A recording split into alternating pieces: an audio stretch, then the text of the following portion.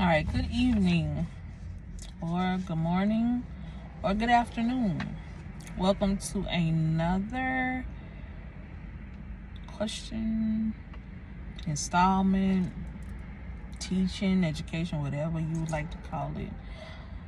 Forgiveness, faith, and trust channel. And I am here,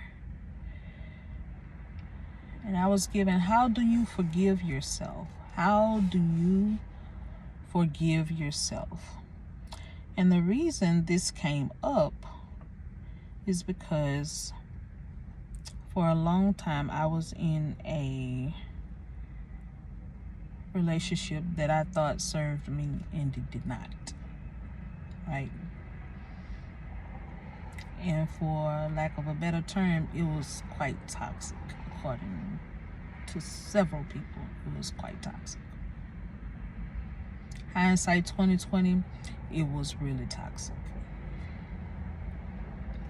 So how do you forgive yourself?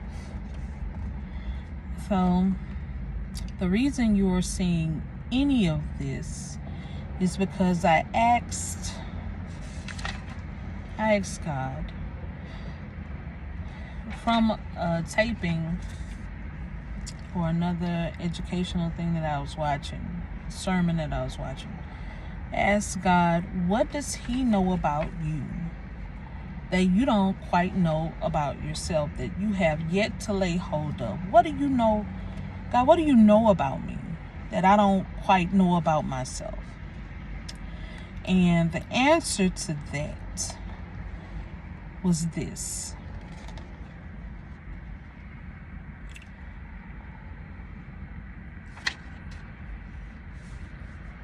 The answer to that was, you've been through enough to be able to help someone else. And that is the reason why I am doing these videos, like to help someone else get through the things that I've been through, and probably sometimes still going through. So during that time of me trying to heal myself, I needed to understand that I needed to forgive myself. And as I was looking back over my writings, it says, when you're anxious, you may be in a space or a place out of the realm of God.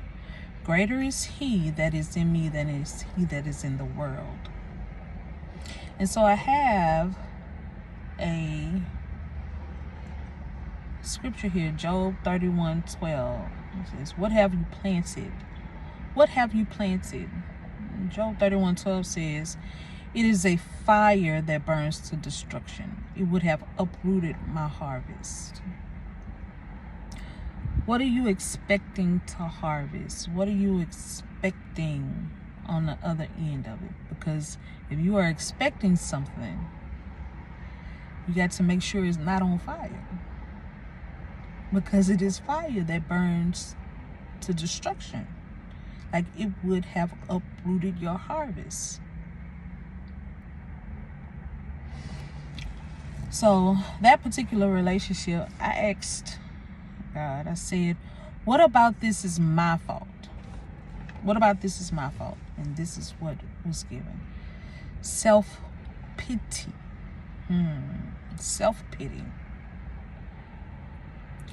Self-pity is described as, or defined as, the excessive self-absorbed unhappiness over one's own trouble.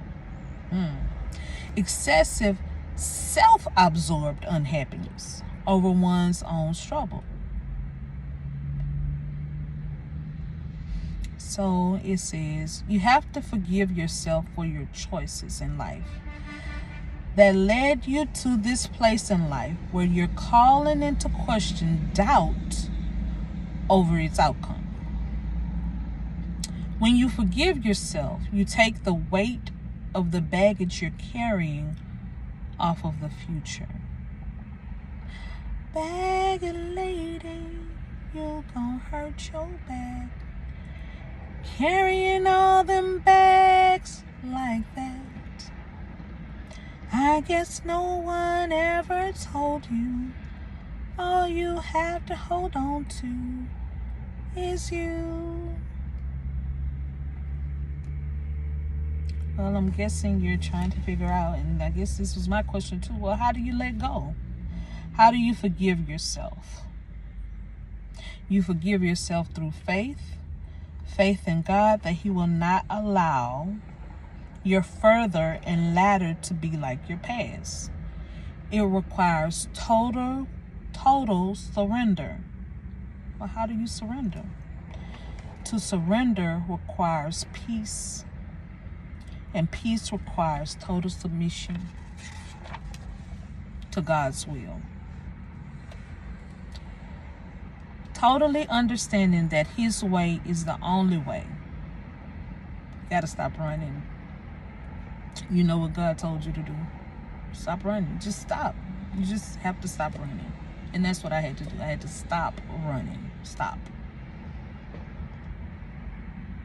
You're allowing the devil to win by playing into the very thing you believed about yourself. Self-pity.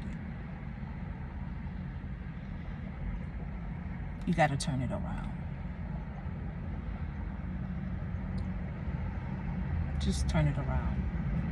And the way you turn it around is through total submission to God's will. Stop running. Take accountability. Full accountability. Stop running. And do what God told you to do.